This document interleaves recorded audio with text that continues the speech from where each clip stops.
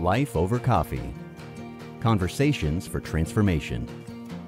Marriage devotion number 7, the title of it is No More Condemnation.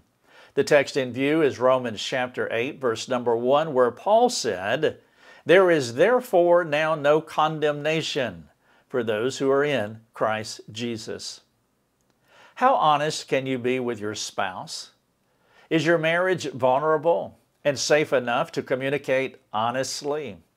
Are you free from critique and condemnation, which releases you to talk transparently with your spouse? A good way to consider my questions is to consider how you relate to the Lord. I suspect that you are open, honest, and transparent with Him. You freely talk to Him. We call that prayer. And He freely talks to you. We call that the Bible. He knows you through, and though your relationship is not perfect, as none of our relationships with the Lord are, you're in a safe place as you mature with Him. Because of your call to imitate God, as we read in Ephesians 5:1, then you have a remarkable opportunity to export your relationship with the Lord to your spouse, to treat your spouse similarly to how you treat the Lord. Think for a moment about what it could look like if you chose to imitate God in your marriage, specifically, no more condemnation. Let's focus on only one of the ways that God relates to you, and that is, He does not condemn you. God never condemns, never mocks, never criticizes, or puts you down when you share your heart with Him. In Ephesians 4:29, it talks about building one another up with our communication, and the Lord most definitely does that. He is always ready to listen and willing to help. The Father knows your frame and understands your weaknesses. He encourages you by speaking into your various situations with love. I am sure you understand and appreciate this characteristic of the Lord, but how does it work out in your marriage? Have you ever put something out there for your spouse to hear, only to quickly retract it because of unkindness or disinterest? It met you in your moment of transparency. Have you both created pockets of silence in your marriage because, well, it's just quite simply easier not to speak to each other than to enter into an arduous conversation? Many couples are like this.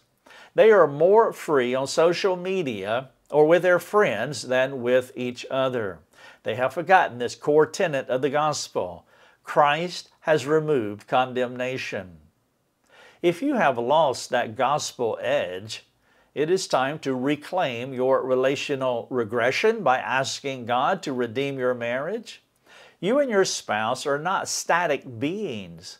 You're always moving in one direction or the other. Either you are drifting apart or you are intentionally pressing into each other. If you are drifting away from one another, it will only grow worse. You will fill your pockets of silence with other things like children or work or hobbies or even church. The key to restoring your marriage to gospel priorities begins by using your tongue for redemptive purposes rather than destructive ones. Christ came to transform lives, and you are supposed to be on His transformation team. Are you? The first place to begin restoring lives is with those who are closest to you, and of course that would be your spouse. Let's reflect just a moment on this marriage devotion number 7. As you think through the condemnation aspects of your marriage, I have a few questions that I would love for you to apply to yourself and also apply to your marriage. Number 1, when your spouse shares their heart with you, is your posture inviting and desirous to learn more? Number 2, are you quick to give an answer, or are you quick to listen while asking clarifying questions so that you can understand? Question number 3, how often do you ask your spouse about their secret thoughts? Do you seek to explore them with your spouse, appropriately, of course? Question number 4, do you see your spouse as an inexhaustible discovery to be enjoyed or as an exhausting human being? And then finally, question number 5. Do your spouse's weaknesses get on your nerves? How are you discipling your spouse through those weaknesses. Now, here is a practical suggestion that I would love for you to consider for this devotion number 7. Share with your spouse the answers to the 5 questions that I just asked. Be specific and practical when sharing any areas where you need to change regarding your spouse. Change yourself regarding your spouse as you relate to your spouse. You should write down your thoughts before you have this discussion. Perhaps that will help you to be clear in what you communicate.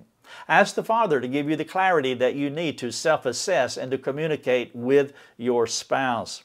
Perhaps you're in a relationship where you can't have such a conversation as this.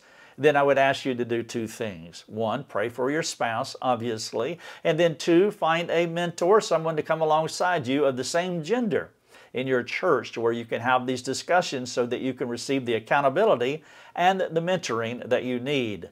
This is Marriage Devotion number 7. The title of it is No More Condemnation. Thanks for joining us. Learn more and get access to other resources at lifeovercoffee.com.